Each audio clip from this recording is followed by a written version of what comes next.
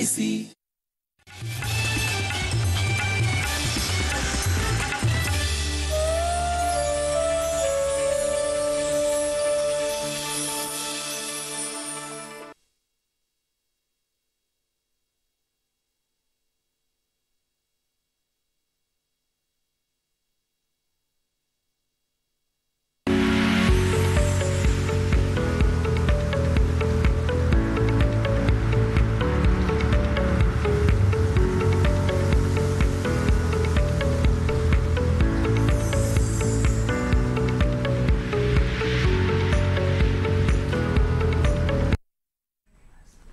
नमस्कार, आप देख रहे हैं दूरदर्शन किसान कार्यक्रम हेलो किसान में आप सभी का स्वागत है। मैं हूं मोनालिसा। जी हां, शाम के 6 बज चुके हैं, लेकर हाजिर हैं हम हेलो किसान कार्यक्रम, जो कि एक फोन इन कार्यक्रम है। यानी कि स्टूडियो में तो चर्चा होती ही है विषय से जुड़ी हुई, लेकिन इसके साथ ही आप भी फोन लाइन के जरिए हमारे साथ जुड़ सकते हैं और हमारे विशेषज्ञ मेहमानों से जानकारी ले सकते हैं। तो आइए सबसे पहले जान लेते हैं कि आज इस कार्यक्रम में हम किन विषयों के बारे में चर्चा करेंगे। हेलो किसान कार्यक्रम में आज का विषय है पशुओं में लंपी स्किन बीमारी की रोकथाम और मादा पशुओं में कृत्रिम गर्भाधान एवं सावधानियां। जी हाँ, पशुपालन करने वाले लोगों के लिए ये बेहद ही अहम विषय है जिन्हें हम आज लेकर आए हैं आपके लिए। तो आप नोट कर ले हमारे टोल फ्री नंबर, जिन पे कॉल करके आप सवाल पूछ सकते हैं। हमारा टोल फ्री नंबर है 1800-113060 और 1800-113061। टोल फ्री नंबर है ये, इसका मतलब इसमें कोई भी पैसा आपको नहीं लगना है। बस इस बात का ध्यान रखिए कि बातचीत के दौरान टीवी सेट की आवाज बंद रखिए और फोन लाइन के जरिए हमसे बातचीत करें। इससे बातचीत में रुकावट नहीं आती है। बहरहाल आइए अब आगे बढ़ते हैं और हमारे विशेषज्ञ मेहमानों से आपका परिचय करा देते हैं। इस वक्त हमारे साथ मौजूद हैं डॉक्टर अतुल आनंद, जो कि सलाहकार है पशुपालन विभाग में और राष्ट्रीय रोग नियंत्रण केंद्र दिल्ली में। आपका बहुत बहुत स्वागत है इस कार्यक्रम में। इसके साथ ही हमारे साथ इस वक्त जुड़ रही हैं डॉक्टर अतुलिया मैनुअल, जो कि सहायक आयुक्त है केंद्रीय हिमित वीर्य उत्पादन एवं प्रशिक्षण संस्थान हेसरघट्टा, बेंगलुरु से। आपका भी बहुत बहुत स्वागत है इस कार्यक्रम में। तो बातचीत करेंगे आज इस कार्यक्रम में लंपी स्किन डिजीज के बारे में, जो कि एक बहुत ही घातक बीमारी साबित हो रही है और इन दिनों देख रहे हैं कि देश के कई हिस्सों में पशुओं को ये बीमारी हो रही है और बड़ी तादाद में ये जानलेवा भी साबित हो रही है पशुओं के लिए। तो विस्तार से आज हम लंपी स्किन डिजीज के बारे में जानेंगे। डॉक्टर अतुल आनंद, सबसे पहले समझाएं हमें इस बीमारी के बारे में, है क्या ये बीमारी लंपी स्किन डिजीज? जी हाँ, जैसे लंपी स्किन डिजीज़ आप नाम से देखते हैं, ये इंग्लिश का वर्ड है लंप, क्योंकि ये इंडिया में नहीं पाई जाती थी। ये पहले बाहर से आई है, अफ्रीका में इस रोग को, ये सबसे पहले रोग अफ्रीका में था 1920 के टाइम से, और वहाँ से ये रोग इंडिया में आया है। और इस रोग का, जैसे मैंने बताया कि नाम लंप है, लंप से आया है। तो लंप मतलब जैसे शरीर में गांठ पड़ जाती है, उस तरह से ये लंप्स बननी शुरू हो जाती हैं। एक आपके छाला सा पड़ जाएगा शरीर में और उसके बाद वो फूट जाएगा और वहाँ उस तरह से डिजीज जो है वो आगे बढ़ती जाती है। और इसीलिए इसका नाम लंपी स्किन डिजीज कहा जाता है। इसमें इसका एक रोग का ये भी कारण है कि ये तेजी से फैलता है। इसका मॉर्बिडिटी रेट, जिसको संक्रमण क्षमता कहते हैं, वो 80% है। और लेकिन जो मृत्यु दर है, मोर्टेलिटी रेट, ये 1 से 10% के बीच में माना जाता है। लेकिन इसके में क्या होता है कि जब जानवर की जो अपनी रोगों से लड़ने की क्षमता होती है, जिसे इम्यूनिटी कहते हैं, वो वीक हो जाती है। उस के कारण जो सेकेंडरी इन्फेक्शंस हैं, उसके कारण मृत्यु दर जो है वो बढ़ जाता है। जी बिल्कुल। तो ये कितना घातक हो सकता है, इसके उपचार और बचाव के लिए क्या कुछ उपाय किए जा सकते हैं, इसके बारे में विस्तार से आज हम चर्चा करेंगे। आइए उससे पहले नजर डाल लेते हैं इस रिपोर्ट पर।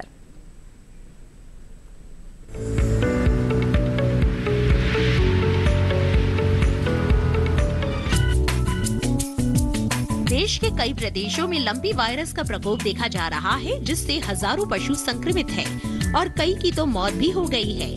हमारे देश में ये बीमारी पशुओं में तेजी से फैल रही है, लेकिन ये अफ्रीका और पश्चिमी एशिया के कुछ हिस्सों में होने वाला एक तरह का स्थानीय रोग है, जिसके लक्षण 1929 में पहली बार देखे गए थे। जुलाई 2019 में दक्षिण पूर्व एशिया में इसका पहला मामला आया था। वहीं भारत की बात करें तो हमारे यहाँ मई 2019 में ओडिशा को मयूरभंज इलाके में देखा गया। मवेशियों या जंगली भैंसों में ये रोग लंपी स्किन डिसीज वायरस के संक्रमण के कारण होता है। साथ ही ये वायरस कैप्रीपॉक्स वायरस जीनस के भीतर 3 निकट संबंधी प्रजातियों में से एक है, जिससे इसके फैलने की आशंका रहती है। बीमारी के लक्षणों की बात करें तो पशुओं को सामान्य से ज्यादा बुखार, मुंह से लार निकलना, आँख और नाक से पानी का निकलना, दूध का उत्पादन कम हो जाना, मादा पशुओं में गर्भपात हो जाना, धीरे धीरे खुराक बंद हो जाना, पशु के शरीर का सुस्त हो जाना, पूरे शरीर में गांठों का बनना, गांठों का आकार 2 से 5 सेंटीमीटर होना, गांठों का घाव में बदलना शामिल है। बीमारी की रोकथाम के लिए भारत ने स्वदेशी वैक्सीन लंपी प्रोवैकिन लॉन्च की। ये वैक्सीन राष्ट्रीय अश्व अनुसंधान केंद्र हिसार ने भारतीय पशु चिकित्सा अनुसंधान संस्थान इज्जत नगर बरेली के सहयोग से बनाई है। 2019 में जब बीमारी भारत में आई, तब से ही संस्थान वैक्सीन विकसित करने में जुटे थे। फिलहाल जिन जिलों में लंपी रोग से ग्रसित पशु हैं, वैक्सीनेशन किया जा रहा है।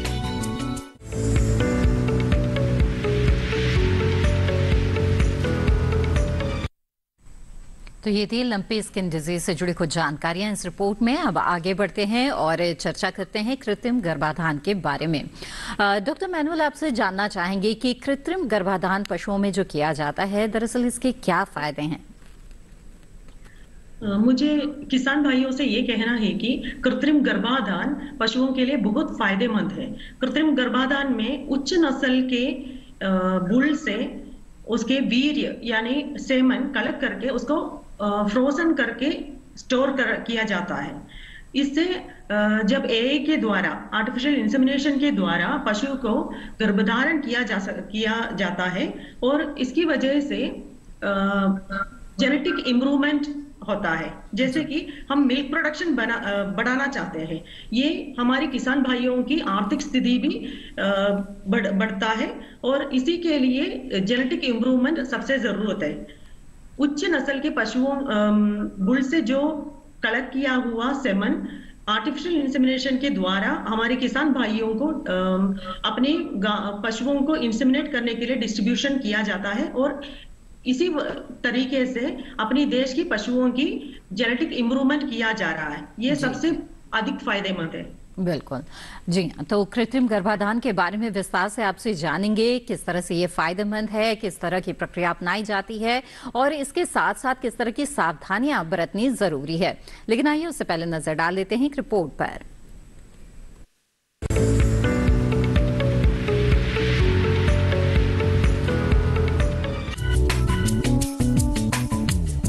मादा पशुओं में कृत्रिम गर्भाधान, सावधानी और लाभ। सरकार के प्रयासों से एक बार फिर देश में देसी नस्लों के पशुओं का चलन बढ़ा है।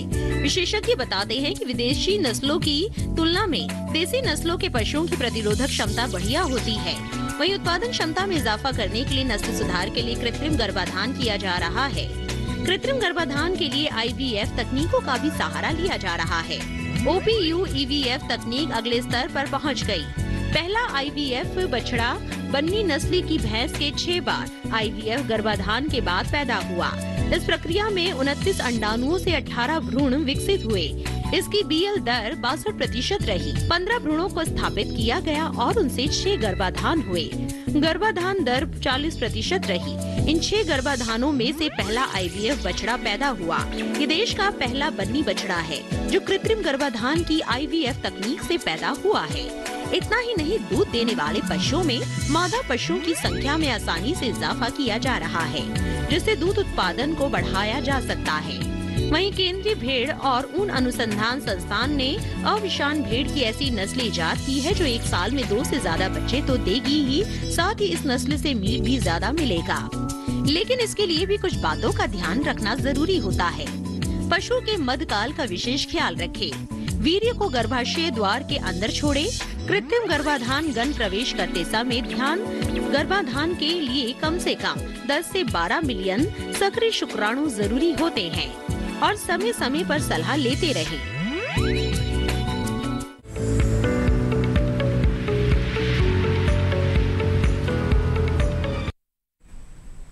तो कृत्रिम गर्भाधान से जुड़ी हुई ये रिपोर्ट आपने देखी और अब आगे बढ़ते हैं कार्यक्रम में। इस वक्त हमारे साथ एक कॉलर जुड़ गए हैं, आइए उनका सवाल यहाँ पर लेते हैं।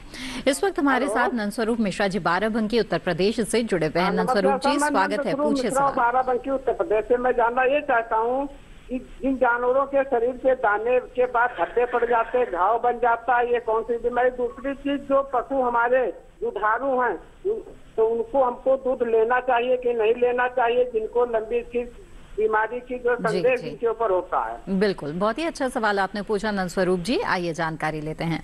जी डॉक्टर अतुल आनंद। जी हाँ, जैसे इन्होंने बताया कि जैसे छाले पड़ जाते हैं उसके बाद वो फट जाते हैं, तो उसके बाद जो है सेकेंडरी इन्फेक्शन जिसको हम बोलते हैं वो बैक्टीरिया के कारण होता है। तो उसमें आपने घाव का इलाज जो है वो पूरी तरह से करना है और ये अपने नज़दीकी पशु चिकित्सा केंद्र में जाके आप उसका इलाज करवाएं, जैसे टिंचर आयोडीन या बीटाडीन वगैरह ये लगा के आप इस घाव को भर सकते हैं। और आपने एक चीज़ का ध्यान रखना है, इसमें इस घाव के ऊपर मक्खी मच्छर बिल्कुल ना बैठें, क्योंकि अभी बरसात का टाइम है तो इस समय ज़्यादा मक्खी मच्छर जो होते हैं उनके कारण जो इस डिजीज़ का संक्रमण है वो भी उन्हीं के कारण होता है। तो इस चीज़ का आपने खास तौर से ध्यान रखना है। और दूसरा प्रश्न आपने पूछा कि इसका जो दूध है वो लें या नहीं लें।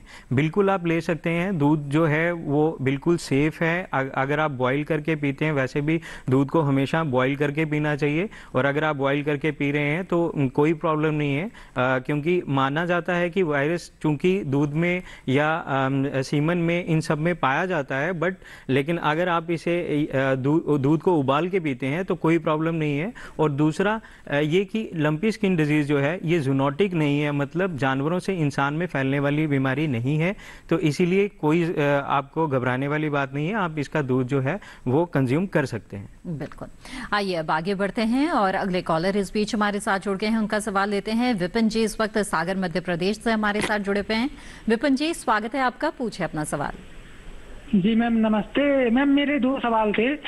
पहला सवाल मैम ये था कि जो कृत्रिम गर्भाधान कराते हैं पशुओं में, तो उसमें जो डॉक्टर आते हैं उसमें सरकारी रेट या फिर कितने पैसे लगते हैं, सरकार का जो आदेश रहता है उसका जानना था। और दूसरा ये था कि लंपी वायरस है जो गाय और भैंसों में तो हो रहा है, हालांकि हमारे यहाँ इस एरिया में अभी कम है, तो क्या ये भेड़ और बकरी में भी हो रहा है? जी ठीक है, आपके दोनों सवाल के जो जवाब है वो लेंगे। आइए पहले डॉक्टर मैनुअल का रुख करते हैं और जानते हैं कि कृत्रिम गर्भाधान के लिए पशुपालक को कितने पैसे चुकाने होते हैं, क्या है व्यवस्था उनके लिए? जी, कृत्रिम गर्भाधान के लिए सरकार की फिक्स्ड रेट्स हैं। जैसे कि अगर हम बताएं तो मैं एक केंद्र सरकार की संस्थान से बिलोंग करती हूँ, जिसका नाम है CFSPTA, केंद्रीय हिम वीर्य उत्पादन एवं प्रशिक्षण केंद्र। हमारी इधर से यह के लिए पूरे इंडिया में स्ट्रोस बेचते हैं उसके लिए। तो स्ट्रोस का कीमत ये होता है कि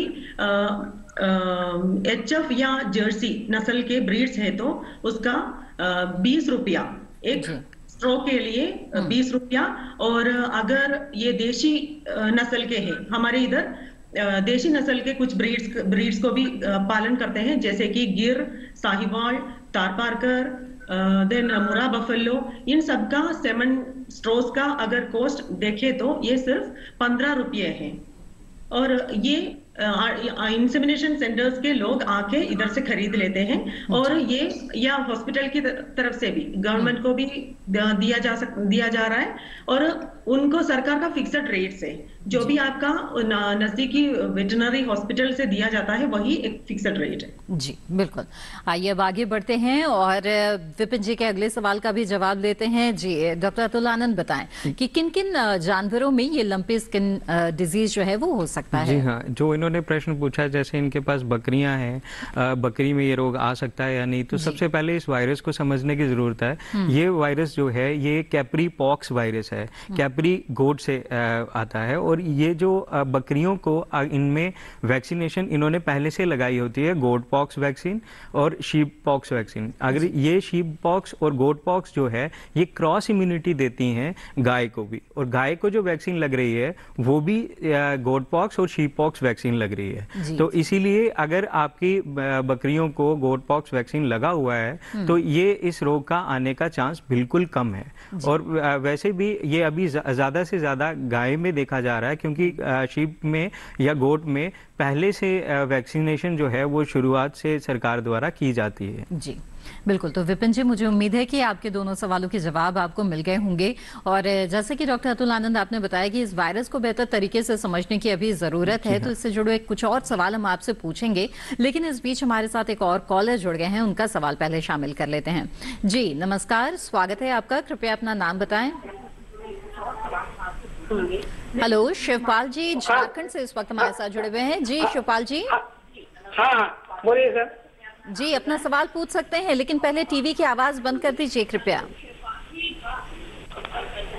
मेरा सवाल है, जब गैया जो है ना पीछे तरफ पैर इसका फूल गया, जी पीछे तरफ पैर फूल गया, तो उसका फूला, थोड़ा इंजेक्शन दिया, फिर क्यों उसका जैसा गोल का टाइप उसका चमड़ा वो उड़ गया, इसको मतलब उसका क्या उपाय, इसका सवाल थोड़ा बोल दीजिए। जी डॉक्टर अतुल आनंद जी। जैसा इन्होंने बताया कि पैर जो है वो फूल गया है, तो उसके एक लंपी का लक्षण भी हो सकता है, क्योंकि लंपी स्किन डिजीज में पाँव का फूल जाना या कोई आगे घुटने का फूल जाना, ये सब देखा जाता है लंपी स्किन डिजीज में। उसमें जब अगर उसका जो फ्लूइड होता है अगर उसको देखें तो वो बिल्कुल हल्का लाल पीले रंग का होता है, तो उससे आप देख के भी पहचान सकते हैं कि लंपी स्किन डिजीज हो रही है। और अगर इनके जानवर में ये चीज आ गई है तो ये नजदीकी पशु केंद्र में जाएं, वहां पे अब चूंकि इसका इलाज नहीं है तो आप इसका जो सपोर्टिव ट्रीटमेंट है, जिसमें जो ताकि सेकेंडरी इन्फेक्शन ना हो पाए, क्योंकि अभी बरसात का मौसम है तो पाँव हमेशा जमीन के साथ रहता है, तो उस समय कीटाणु जो है वो उनका संक्रमण हो सकता है, तो आप वहां पे जाके आप उसका इलाज करवाएं, ताकि ये इन्फेक्शन जो है वो आगे बढ़े ना, और आप अपना जो जानवर है उसको सेकेंडरी इन्फेक्शन से आप बचा सकें। इसमें आप ध्यान रखिए एंटीबायोटिक लगेगी और साथ में कुछ विटामिन के जो जरूरी इंजेक्शंस हैं वो लगेंगे, क्योंकि इस समय जो जानवर है उसकी जो भूख है वो बिल्कुल धीरे धीरे कम होती जाती है। तो उस चीज का आप ध्यान रखिए, मिनरल मिक्सचर और उसकी जो डाइट है उसे प्रॉपर रखिए। बिल्कुल। शिवपाल जी, मुझे उम्मीद है कि आपके सवाल का जवाब मिल गया होगा। इस सलाह पर आप अमल भी जरूर करेंगे, क्योंकि जो लक्षण आपने बताए हैं इससे लंपी स्किन डिजीज की ही संभावना लग रही है, इसलिए बिना देर किए हुए जल्द से जल्द नजदीकी पशु चिकित्सक से संपर्क करें। इसी के साथ हेलो किसान कार्यक्रम में यहाँ पर रुकते हैं छोटे से ब्रेक के लिए, जल्द हाजिर होंगे और उसके बाद भी हमारी चर्चा जारी रहेगी। आप बने रहें दूरदर्शन किसान पर।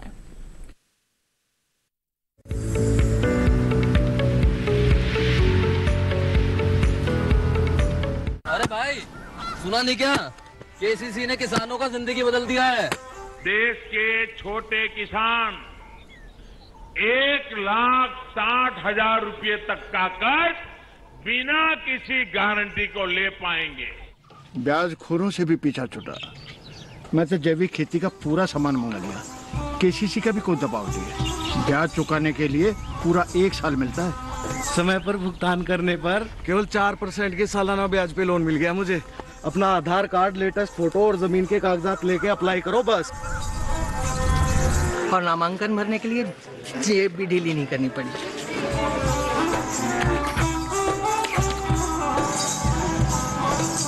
चाचा, उधार चुकाने के 24 घंटे के बाद उतने ही पैसे वापस निकाल सकते हैं।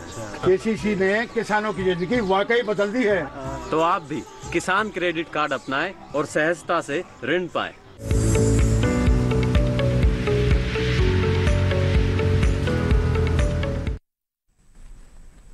ब्रेक के बाद आप सभी का फिर से स्वागत है। आप देख रहे हैं कार्यक्रम हेलो किसान। आज इस कार्यक्रम में हम लंपी स्किन डिजीज और इसके साथ ही मादा पशुओं में कृत्रिम गर्भाधान के विषय पर विस्तार से चर्चा कर रहे हैं। अगर इन विषयों से जुड़े हुए सवाल आपके पास है, आप और भी जानकारी हासिल करना चाहते हैं, तो आप हमारे टोल फ्री नंबर पे कॉल कर सकते हैं। इस वक्त हमारे साथ एक कॉलर जुड़े हुए हैं, आइए उनसे बातचीत करें। रामकृत यादव जी मऊ उत्तर प्रदेश से इस वक्त हमारे साथ हैं। जी रामकृत जी, स्वागत है आपका, पूछिए अपना सवाल।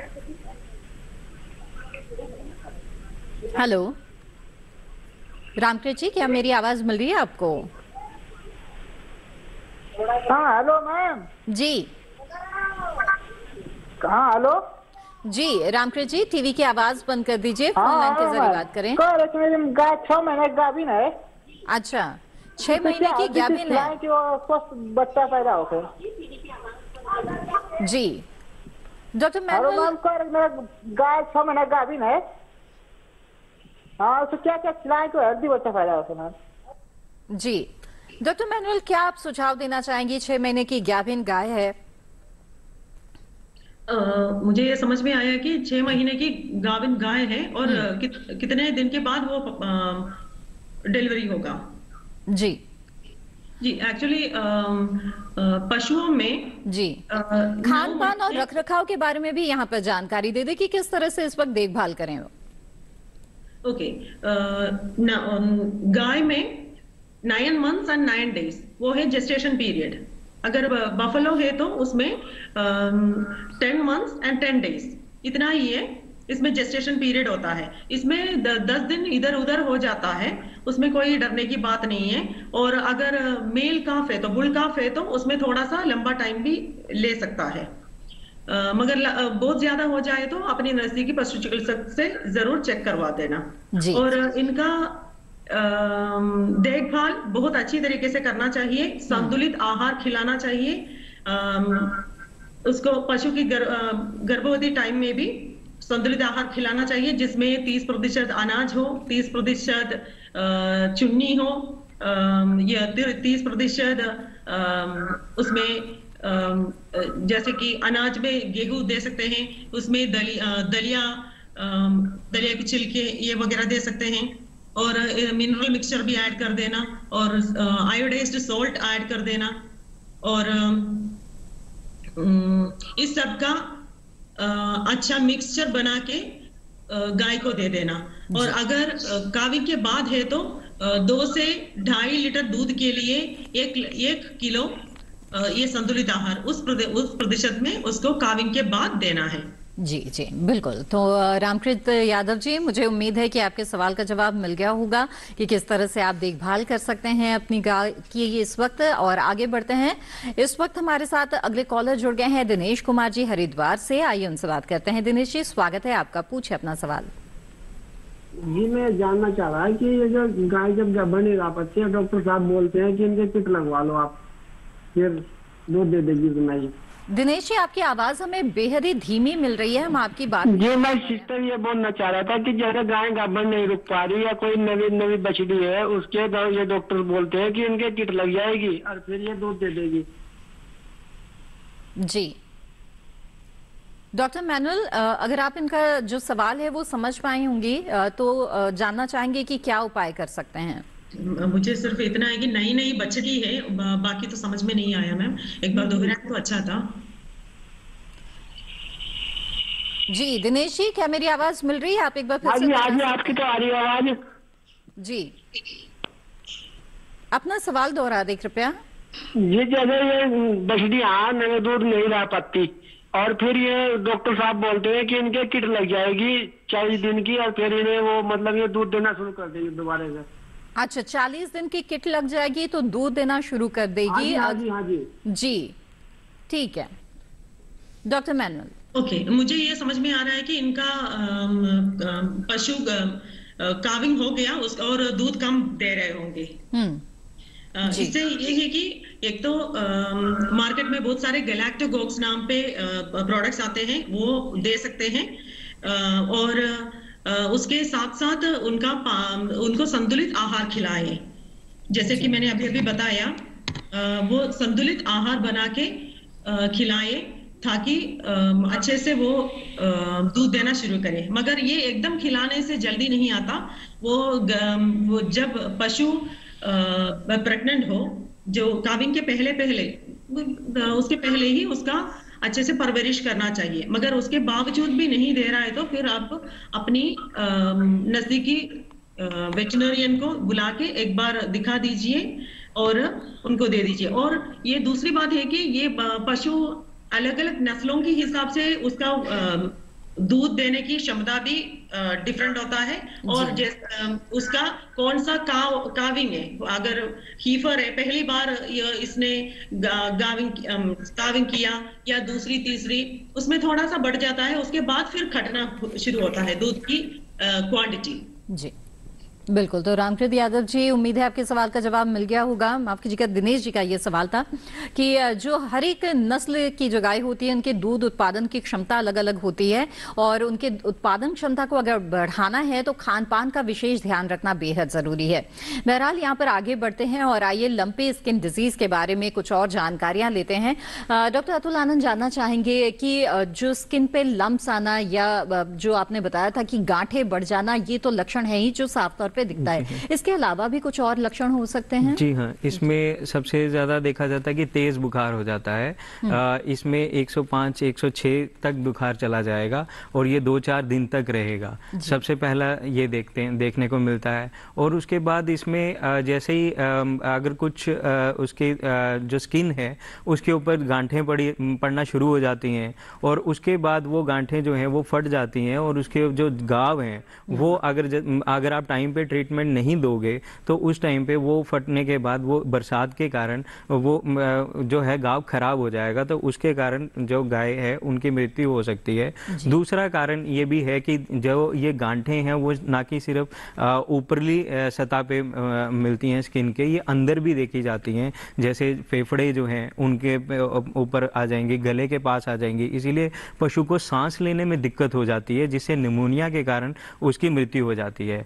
और ये भी देखा गया है कि 1 महीने के बाद भी ये जो है अगर लंपी स्किन डिजीज का आई है, आगमन हुआ है, तो 1 महीने के बाद भी निमोनिया के कारण जानवर की मृत्यु होती है। क्योंकि जब आप जो इसकी गांठें हैं जब वो फट जाती हैं, उसके बाद जब वो सूख जाती हैं और उसके जो एक फ्लूइड होता है उसके कारण लंग्स में वो जम जाता है, जिसके कारण खांसी होती है और उसके कारण पशु की मृत्यु हो जाती है। और मेन यही कारण है कि जैसे जो सेकेंडरी इन्फेक्शन जिसको हम बोलते हैं, इसके कारण पशु की मृत्यु होती है, क्योंकि ये बैक्टीरियल इन्फेक्शन जो है वो शुरू हो जाता है। क्योंकि वायरस जो है ये आने के बाद ये अपने आप इम्यूनिटी के कारण ठीक हो जाता है, लेकिन अगर घाव का ट्रीटमेंट साथ में नहीं दिया जाए, सपोर्टिव ट्रीटमेंट अगर नहीं करेंगे, तो ये जो है ये बढ़ता मृत्यु की तरफ ले जाता सकता है कि देरी करना घातक हो सकता है। अगर समय रहते इलाज शुरू कर दे तो फिर जो पशु है उनसे बचाया जा सकता है। आइए आगे बढ़ते हैं। अगले कॉलर इस बीच हमारे साथ जुड़ गए हैं, उनका सवाल यहाँ पर शामिल करते हैं। सत्येंद्र जी इस वक्त बागपत से हमारे साथ जुड़े हुए हैं। सत्येंद्र जी, स्वागत है आपका, पूछे अपना सवाल। सत्येंद्र जी, आपसे गुजारिश होगी कि टीवी की आवाज बंद कर दीजिए, इससे बातचीत में देरी होगी। आप फोन लाइन के जरिए हमसे बात करें। क्या मेरी आवाज मिल रही है आपको? हाँ जी, हाँ जी। जी जी, पूछे अपना सवाल। जी हेलो जी जी, मेरे पास में 3 साल का पशु है, वो उसके बारे में जानकारी लेनी, वो गाभिन नहीं हो रहा है। जी, गाय है आपके पास? नहीं जी, भैंसा है। जी, भैंस है, ठीक है। डॉक्टर मैनुअल बताएं, क्या सुझाव देंगे? 3 साल की भैंस है लेकिन गाभिन नहीं हो पा रही है, क्या करें? भैंस में ज्यादातर थोड़ा सा टाइम लगता है, 3 से 4 साल की उम्र तक लगता है उनको प्यूबर्टी अटेन करने में, जो हीट दिखाने के लिए। और अगर आपका बहुत अच्छा नस्ल है और इसके पहले वो उसका माता पशु भी उसका पहले दिखा चुका है, ऐसे ही है, तो आप ये उनकी खान पीन में ज्यादा ध्यान दे दीजिए, उसको अच्छे से मिनरल मिक्सचर खिला लीजिए और संतुलित आहार खिला लीजिए। तो उसका अगर कोई कमी से वो हीट दिखाने में टाइम लगवा रहे हैं तो ये प्रॉब्लम सॉल्व कर सकते हैं। अगर 3-4 साल उम्र के बाद भी ये हीट में नहीं आ रहा है तो आप जरूर अपने नजदीकी पशु चिकित्सक के पास जाके उनका एग्जामिनेशन करवा लीजिए। कभी कभी ये होता है कि अंदरूनी जो यूट्रस है उसका डेवलपमेंट ना हो, ऐसी भी हो सकता है जी। तो आप पहले खान पान पे ध्यान दे दीजिए। बिल्कुल। डॉक्टर मैनुअल, यहाँ पर आपसे पूछना चाहूंगी कि कई बार साइलेंट हीट की भी समस्या आती है, यानी कि हीट पशु दिखाता है लेकिन उसके संकेत साफ तौर पर मिलते नहीं है, ऐसी स्थिति में क्या करे पशुपालक? ये साइलेंट हीट, अच्छा हुआ आपने ये पूछ लिया। साइलेंट हीट ज्यादातर ये बफलोज में ही हम पाया जाता है, मगर फिर भी किसान जैसे अच्छे से निगरानी करें तो ये भी हम पहचान सकते हैं। जैसे कि हीट के टाइम में पशु एक तार जैसा गिराता है उसके पीछे से, तो तार तो अगर थोड़ा सा भी हो तो भी जिधर वो बैठता है उधर आप ये देख सकता है। और अगर ये कि ये पशु की जो जेनिटल एरिया है पीछे, उधर सूजन दिखाई देता है। जी जी। ये अगली चीज है कि अगर दुधारू पशु है तो वो उस टाइम में जब हीट में आता है तो उसका खान पीन थोड़ा छोड़ देता है, वो बेचैन हो जाता है और बहुत रेंगना शुरू करता है, बेलोइंग बहुत रेंगना शुरू करता है। और अगर दुधारू पशु है तो उसकी दूध की मात्रा में भी खटाई होती है। तो इन सभी चीजों को बहुत ध्यान से ऑब्जर्व करें तो हम हीट को पहचान सकते हैं। बिल्कुल, साइलेंट हीट भी हो तब भी उसकी पहचान की जा सकती है अगर इन जो चिन्ह हैं, जो लक्षण हैं, इन पर गौर किया जाए तो। आइए आगे बढ़ते हैं और डॉक्टर अतुल आनंद बताएं हमें, हमने देखा है कि अभी ये लंपी स्किन डिजीज अचानक से बहुत तेजी से फैला है और एक क्षेत्र विशेष के आसपास फैला है, इसकी क्या वजह है? जी हाँ, जैसे मैंने बताया कि ये तेज़ी से फैलता है, इसका मॉर्बिडिटी रेट जो संक्रमण की क्षमता है वो तेज़ है, वो 80% है। तो इसीलिए, लेकिन इसका ये है कि मृत्यु दर जो है वो कम है, क्योंकि इसमें अगर आप देखेंगे कि अगर जानवर ठीक भी हो जाता है लेकिन वो इतना कमज़ोर हो जाता है, उसकी सेहत के लिए हमेशा किसान भाइयों को ध्यान रखना है कि जैसे ही अगर ये रोग आता है तो पशु का आहार बिल्कुल संतुलित रखें और उसके आहार की तरफ पूरी तरह से ध्यान दें। और इसका संक्रमण को हमें समझने की ज़रूरत है। ये मौसम जो है, जैसे बरसात का मौसम है, गर्म और नम है, इस समय आप देखेंगे कि मच्छर, मक्खी ये सब पैदा होते हैं और इनका जो रेट है वो बहुत ज़्यादा होता है।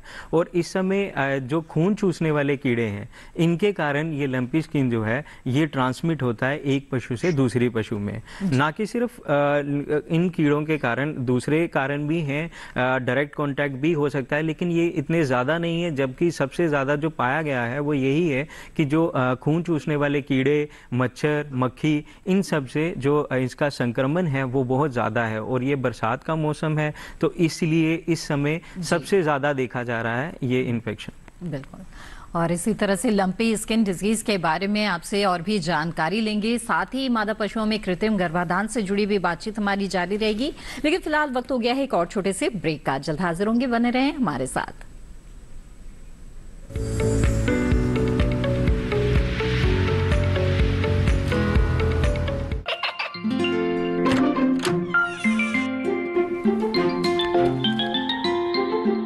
ये क्या हो रहा है? काशवी, इतने कम मार्क्स? काशू बेटा पढ़ा करो, पढ़ोगी नहीं तो आगे कैसे बढ़ोगी? मम्मा मैं भी तो आपसे यही कहना चाहती हूँ, पढ़ा करो। आप पढ़ोगे नहीं तो आगे कैसे बढ़ोगे? मतलब? वो देखो, सिर्फ बैक पर छपा ऑर्गेनिक नहीं, ऑर्गेनिक का निशान पहचानिए। पीजीएस ऑर्गेनिक का ये लोगो उन किसानों की पहचान है जो आज भी परंपरागत विधि से रसायन मुक्त खेती कर आपके लिए शुद्ध फसल उपजा रहे हैं। अब समझे मम्मा, अगर मैं प्योर ऑर्गेनिक फूड नहीं खाऊंगी तो अच्छे मार्क्स कैसे लाऊंगी? अच्छा बच्चों, जैविक खेती की इस मुहिम को आगे बढ़ाइए, शुद्ध ऑर्गेनिक अपनाइए।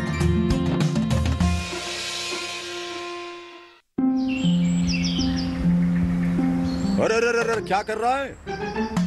इधर इधर इधर, हम बोल रहे हैं तेरे बीजू का। उतला बोल रहा है? हाँ, पक्षियों से तो हम खेत को बचा लेते हैं, पर इन घातक रसायनों से कैसे बचाएं? मतलब? देख बेटा, तू जो ये अंधाधुंध रसायन मिलाता है ना, मिट्टी की सेहत बिगड़ने लगी है। और जब माटी ही कमजोर पड़ जाएगी तो उपज कैसे सेहतमंद होगी? हाँ? अरे पहले ऐसा नहीं था, पूछना अपने बड़े बुजुर्गों से, कैसे फसल लहलहाती थी, शुद्धता झलकती थी। हाँ, माटी भी तंदुरुस्त और लोग भी। अब पहली वाली बात कहाँ? पर अब तो सब यही डाले हैं। सब नहीं, आज भी लाखों जागरूक किसान परंपरागत विधि से फसल उगा रहे हैं। खर्चा कम और उपज की कीमत भी बेहतर पा रहे हैं। ठीक है भाई, मैं भी आज से जैविक खेती शुरू करूंगा। माटी से प्रेम की परंपरा है। परंपरागत खेती।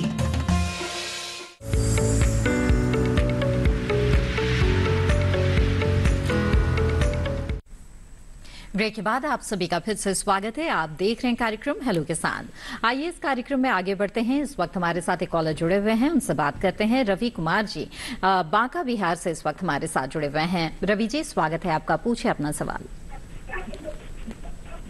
हेलो रवि जी, मेरी आवाज मिल रही है आपको? हेलो रवि जी, क्या आप मुझे सुन पा रहे हैं? नमस्कार मैडम, रवि कुमार साहब कोतवाली बांका। जी हाँ मैडम, मिल रही है। टीवी की आवाज बंद कर दीजिए, बातचीत में देरी होगी। अपना सवाल पूछें। हाँ, मेरा सवाल ये था मैडम, मैं अपनी बच्चिया के लिए जी सॉर्टेड सीमेंट चाहिए। जी, सॉर्टेड सीमेंट चाहिए। डॉक्टर मैनुअल, अपनी बच्चिया के लिए मैडम सॉर्टेड सीमेंट चाहिए था। देसी नस्ल की बच्चिया है, गाय है मेरी से मैडम। जी ठीक है, डॉक्टर मैनुअल बताएं। आजकल सेक्स सॉर्टेड सेमन कहीं कहीं हमारे देश में अवेलेबल होने लगे हैं। ये हमारी CFSPT हैसरगटा में भी हम इसका प्रारंभ हो रहे हैं, मगर अभी तक हुआ नहीं पूरी तरह। मगर देश के कहीं कहीं जैसे छत्तीसगढ़ में, उत्तराखंड में सब ये इसका अवेलेबिलिटी है। सेक्स सॉर्टेड सेमन या माने वो अगर किसानों के लिए है तो उनको अगर सिर्फ फीमेल काफी चाहिए तो सेक्स सॉर्टेड सेमन के द्वारा सिर्फ फीमेल काफ पैदा किया जा सकता है, मगर अवेलेबिलिटी अभी कुछ ही क्षेत्रों में है। जी, जैसे कि इसमें भी है और उत्तराखंड, छत्तीसगढ़ वगैरह में अवेलेबल है ये। जी, तो रवि जी उम्मीद है आपके सवाल का जवाब मिल गया होगा। डॉक्टर मैनुअल, यहाँ पर आपसे जानना चाहूंगी कि जो कृत्रिम गर्भाधान है, इसे लेकर हम देख रहे हैं कि सरकार की तरफ से भी काफी जागरूकता लाई जा रही है और काफी प्रयास किए जा रहे हैं इसे बढ़ावा देने के लिए। वजह क्या है इसकी?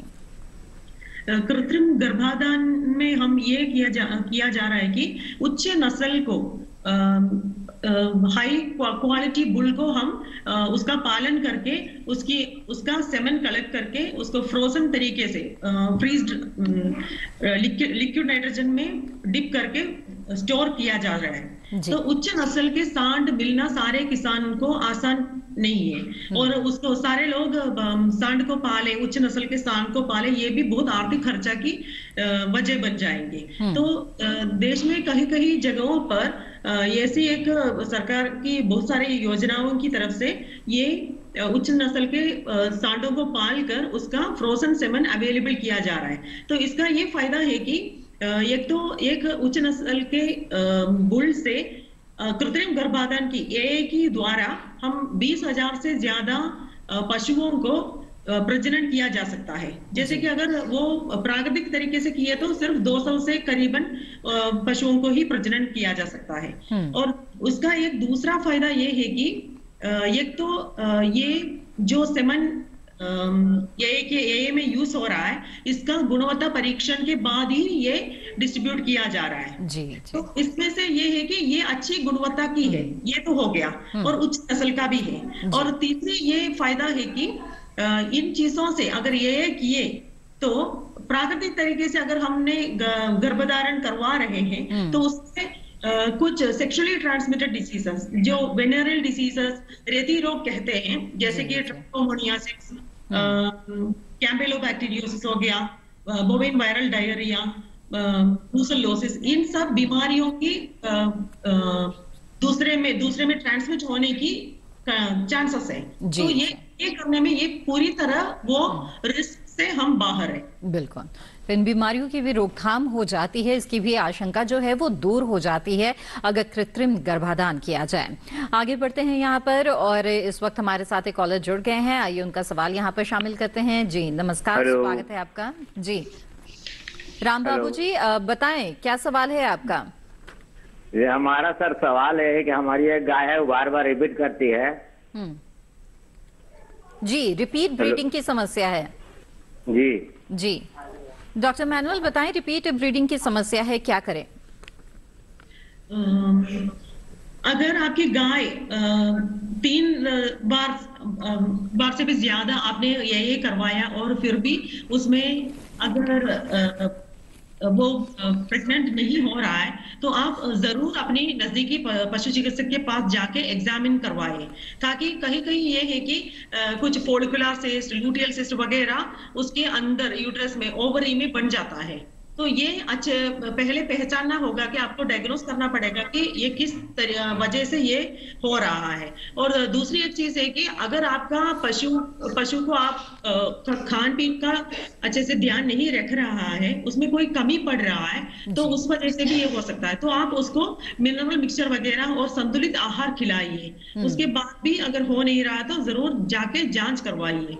बिल्कुल राम बाबू जी, मुझे उम्मीद है आपके सवाल का जवाब आपको मिल गया होगा। आगे बढ़ते हैं और डॉक्टर अतुल आनंद, अब आपसे जानना चाहेंगे, गाभिन पशुओं की बात करते हैं यहाँ पर। अगर गाभिन पशुओं को लंपी स्किन डिजीज हो जाए तो क्या हो जाएगा फिर? जी हाँ, जैसे अगर गाभिन पशु है, अगर उसे लंपी स्किन डिजीज हो जाती है तो गर्भपात होने का चांस होता है, किसी भी समय गर्भपात हो सकता है। इसीलिए ये सबसे एक इम्पॉर्टेंट लक्षण भी देखा जाता है लंपी स्किन डिजीज का।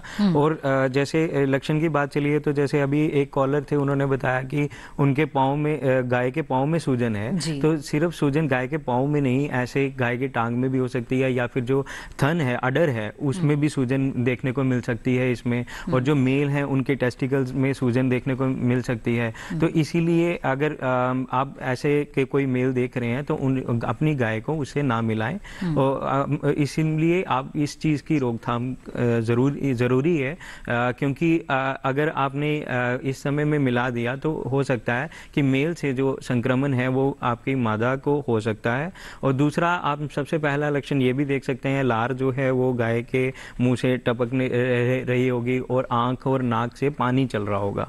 तो ये सब लक्षण जो हैं ये ज़रूरी हैं देखने गाय में। अगर उसमें लंपी स्किन डिजीज आ रही है तो आप जब भी ये लक्षण देखें तो कृपया करके अपने नज़दीकी पशु चिकित्सक को संपर्क करके इसका इलाज करवाएं। बिल्कुल। आइए अब आगे बढ़ते हैं, अगले कॉलर हमारे साथ जुड़ गए हैं, उनसे बात करते हैं। करमवीर जी अंबाला हरियाणा से इस वक्त हमारे साथ जुड़े हुए हैं। करमवीर जी, स्वागत है आपका, पूछे अपना सवाल। टीवी की आवाज बंद कर दे कृपया करमवीर जी, बातचीत में रुकावट आएगी। हेलो, नमस्कार मैडम जी। जी नमस्कार करमवीर जी, टीवी की आवाज बंद रखें, पूछे अपना सवाल। पता क्या जी? जी हेलो जी, बताएं। हमारी ना जी एक छोटी सी बछड़ी है जी। जी छोटी सी बछड़ी है जी एक। ठीक है। हाँ जी। क्या समस्या हो रही है उसका? ना जी एक लिम्पी बीमारी भी आई जी 2-1 दिन में जी। अच्छा डॉक्टर अतुल आनंद, कुछ और पूछना चाहेंगे आप इनसे? नहीं, जैसे इन्होंने बताया कि बछड़े में लंपी बीमारी आई थी और आके जा चुकी है, तो जरूरी है कि अगर वो आई है तो उसमें अब तो इम्यूनिटी आ चुकी होगी। 1 साल तक तो माना जाता है कि इम्यूनिटी रहेगी। 1 साल तक उस पे से इस लंपी स्किन से लड़ने की क्षमता जो है वो बनी रहेगी। 1 साल के बाद आप वैक्सीनेशन जरूर करवाएं इसका, क्योंकि इसका जो टाइटर है जो वायरस का वो 1 साल तक लगभग रहेगा। और इसमें जैसे इन्होंने बताया कि बछड़े को अगर आई है तो सबसे पहले मैं किसान भाइयों से एक रिक्वेस्ट करूंगा कि जैसे ही आपका जो बछड़ा पैदा होता है तो उसे खीस जो है वो ज़रूर पिलाएं, क्योंकि अगर मादा को वैक्सीनेशन लगी हुई है और मादा से जो बछड़ा है उसमें रोगों से लड़ने की क्षमता जो है वो खीस से मिलती है, तो इस रोग से लड़ने की क्षमता भी उन्हें मिल सकती है। तो इसीलिए आप जो खीस है उसे भरपूर मात्रा में, जितना रिक्वायर्ड है, जैसे 1 से 2 घंटे में, वो भरपूर मात्रा में आप पिलाएं उसे। जी डॉक्टर अतुल आनंद, जानना चाहेंगे कि अगर किसी पशु को लंपी स्किन डिजीज हो गया तो उससे बाकी पशुओं को न फैले, इसके लिए क्या उपाय कर सकते हैं? जी हाँ, जैसे अगर एक पशु को अगर आप देख रहे हैं कि लंपी स्किन डिजीज हो चुकी है, उसमें लक्षण आ गए हैं, तो सबसे पहले उस पशु को बिल्कुल अलग जाकर बांध दें और अपने जो आपका जो शेड है उसमें bio safety measures, bio security measures जिसको बोलते हैं, वो आपने अपनाने हैं। उसमें क्या करना है आपने कि सबसे पहले उसे बिल्कुल अलग बांध देना है।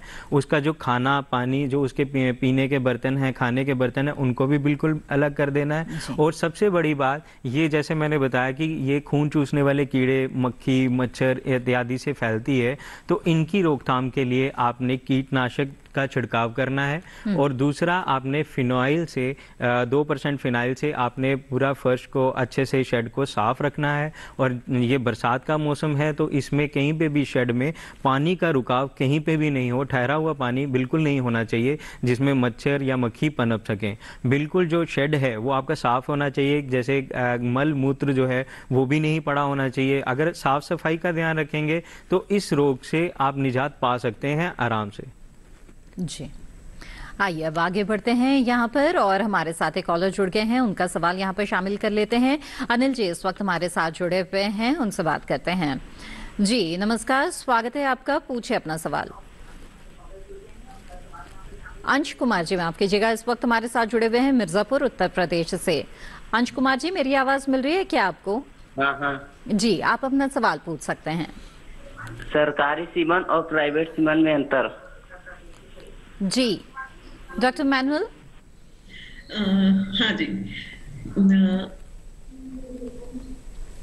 ऐसे हम क्लासिफाई नहीं कर सकते कि सरकारी सेमन और प्राइवेट सेमन कि सरकार से हमारा एक केंद्र सरकार की संस्थान है, इधर से भी बहुत प्राइवेट लोग ले जाके फार्मर्स में डिस्ट्रीब्यूट करते हैं। इतना है कि इसके लिए सेमन सेशंस के लिए बहुत अच्छे स्टैंडर्ड्स रखा हुआ है, उसको फॉलो करके ही हमारी देश में सारे सेमन सेशंस वर्क कर सकते हैं। जी, तो मैं मिनिमम एक स्टैंडर्ड तो रखा है।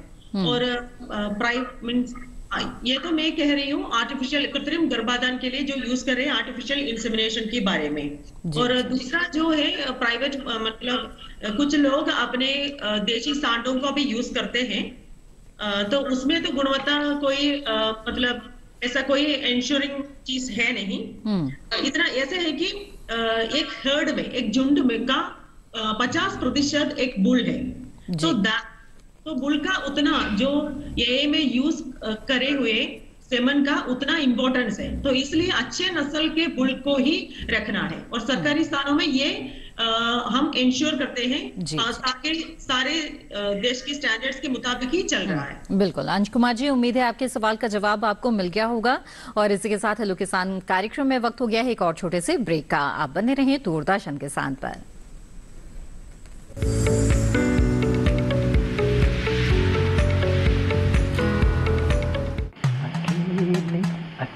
अरे वाह भैया, अकेले अकेले। अरे तू भी ले, पर खाएगा कैसे? मैं ऑर्गेनिक खेती की बात कर रहा रे बेटे। अकेले अकेले खेती कब तक करेगा? मतलब गांव में 20-25 किसानों का समूह बना के पंजीकरण करवा ले, फिर सरकारी ट्रेनिंग भी मिलेगी और मुफ्त जैविक बीज खाद भी। फिर पीजीएस ऑर्गेनिक की सरकारी मोहर के साथ तेरी उपज आकर्षक पैक में पहुंचेगी बड़े बाजार तक। अच्छा? हाँ। अरे भाई कहाँ चल दिया? सबको साथ लाने, आमदनी बढ़ाने। तो किसान भाई समझ गए ना, साथ मिलकर ऑर्गेनिक खेती कीजिए, अपनी परंपरा को आगे बढ़ाइए, ज्यादा मुनाफा कमाइए। माटी से प्रेम की परंपरा है परंपरागत खेती।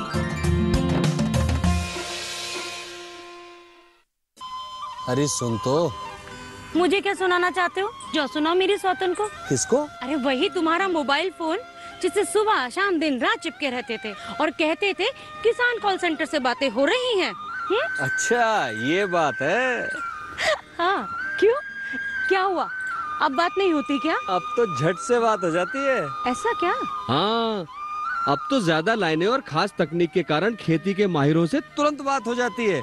और अगर कभी लाइन व्यस्त हो तो अपनी समस्या फोन पर रिकॉर्ड करा दो, वहाँ से फोन आ जाता है और समस्या की हल का मैसेज भी आ जाता है। ये देखो आ गया। अरे वाह, इसका मतलब इंतजार की घड़ी अब खत्म। हाँ। तभी मैं सोचूं कि आजकल मुझ पर इतना प्यार क्यों आ रहा है।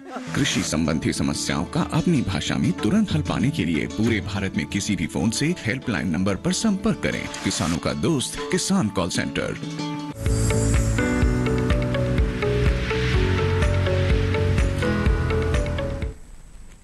ब्रेक के बाद आप सभी का फिर से स्वागत है। आप देख रहे हैं कार्यक्रम हेलो किसान। हमारे बहुत सारे दर्शक हैं जो सोशल मीडिया प्लेटफॉर्म्स के जरिए अपने सवाल हम तक पहुंचाते हैं, जिन्हें हम कार्यक्रम के दौरान शामिल करते हैं। ऐसे ही कुछ सवाल हमारे पास आए हैं, आइए इनके जवाब लेते हैं। श्री बहादुर सिंह जी ने फेसबुक के जरिए हमारे पास एक सवाल भेजा है कि हमारी भैंस को गीला गोबर होता है, गोबर में आव और खून आता है। डॉक्टर मैनुअल बताएं, ऐसे में क्या उपाय किया जा सकता है? ये जरूर पैरासिटिक इन्फेक्शन की वजह से हो रहा है, तो आपकी भैंस को डीवॉर्म करना है। मगर उसके पहले ये बेहतर होगा कि आप वो उसका डंग थोड़ा सा लेके साफ सुथरे एक बर्तन में या कवर में कुछ लाके एक बार अपनी नजदीकी पशु चिकित्सालय में जाके टेस्टिंग करवाएं, ताकि उसमें कौन सा पैरासाइट है उसके अंदर, ये आप ठीक से जाना जा सकता है। शिस्टोसोमियासिस वगैरह में ये होता है कि इसमें थोड़ा सा खून और म्यूकस हो जाता है। वो पोर्शन जरूर लेके जाइए और उसके बाद पशु को डीवर्मिंग की दवा दे दीजिए और उसका खान पीन में भी ध्यान रखिए। बिल्कुल, आगे बढ़ते हैं और अगला सवाल यहाँ पर लेते हैं। फेसबुक के जरिए एक और सवाल आया है। हरदयाल सिंह जी ने सवाल पूछा है कि मेरी गाय को दस्त हो रहे हैं, जिसके कारण वो हीट में नहीं आ रही है। डॉक्टर मैनुअल, ये तो दस्त में ही पशु का हेल्थ थोड़ा कम हो जाता है, अगर मतलब वो क्रोनिक तरीके से रह रहा है तो इसका यूजुअली ये ज्यादातर देखा जाता है कि उसका डीवर्मिंग करना बहुत जरूरी है। वर्म्स की वजह से ही दस्त हो रहा होगा और पशु तो हेल्थ को भी वो अफेक्ट कर रहा होगा, तो उसका डीवर्मिंग करना जरूरी है। उसके लिए एल्बेंडाजोल या फेनबेंडाजोल दे सकते हैं और उसके बाद उसका पशु तो थोड़ा कमजोर हो जाता है, इसी की वजह से हीट में नहीं आ रहा होगा, तो उसको मिक्सचर खिलाइए और संतुलित आहार खिलाइए, तो वो ठीक हो जाएगा। बिल्कुल, आइए आगे बढ़ते हैं और जल्दी से अगला सवाल ले लेते हैं। ईमेल के जरिए एक सवाल पूछा है प्रमोद यादव जी ने, जिनका सवाल है कि देसी गाय को पालने के लिए क्या करना चाहिए और कौन सी पालनी चाहिए। जी डॉक्टर मैनुअल, क्या सुझाव देंगी आप?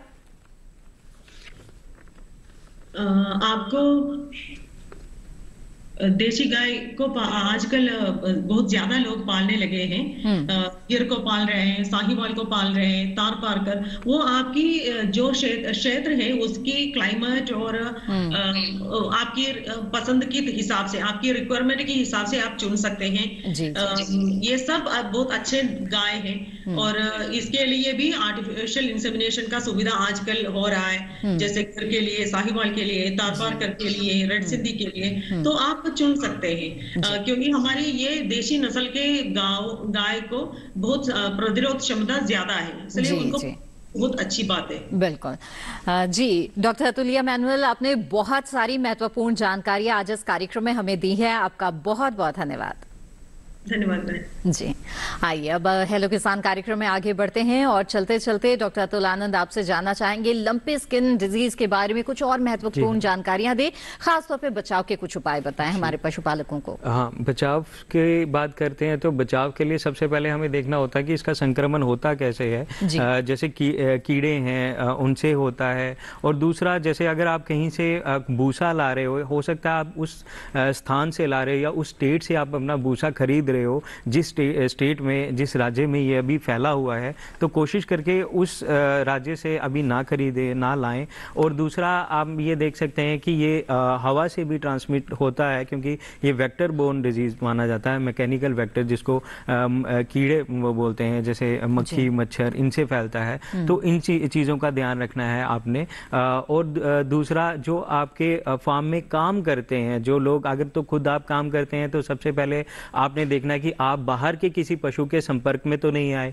वो अगर उसके संपर्क में आए हैं तो जब अपने फार्म में जाते हैं तो अपने कपड़े चेंज कीजिए, अपने जो शूज हैं उन्हें चेंज कीजिए। बिल्कुल दूसरे जो शूज हैं, कपड़े हैं, वो पहन के आपने जाना है, क्योंकि ये फोमाइट इन्फेक्शन जिसको बोलते हैं, कपड़ों से भी फैल सकता है। क्योंकि वायरस अगर कपड़ों पे लगा है, क्योंकि ये वायरस जो है बहुत रेजिस्टेंट वायरस होता है, अगर ये कपड़ों पे लगा है और ये बहुत देर तक अगर वूंड पे भी है, बहुत देर तक ये रहता है। तो इसीलिए इस वायरस का ट्रांसमिशन जो है सबसे ज्यादा होता है, मॉर्बिडिटी रेट जो है वो ज्यादा होती है।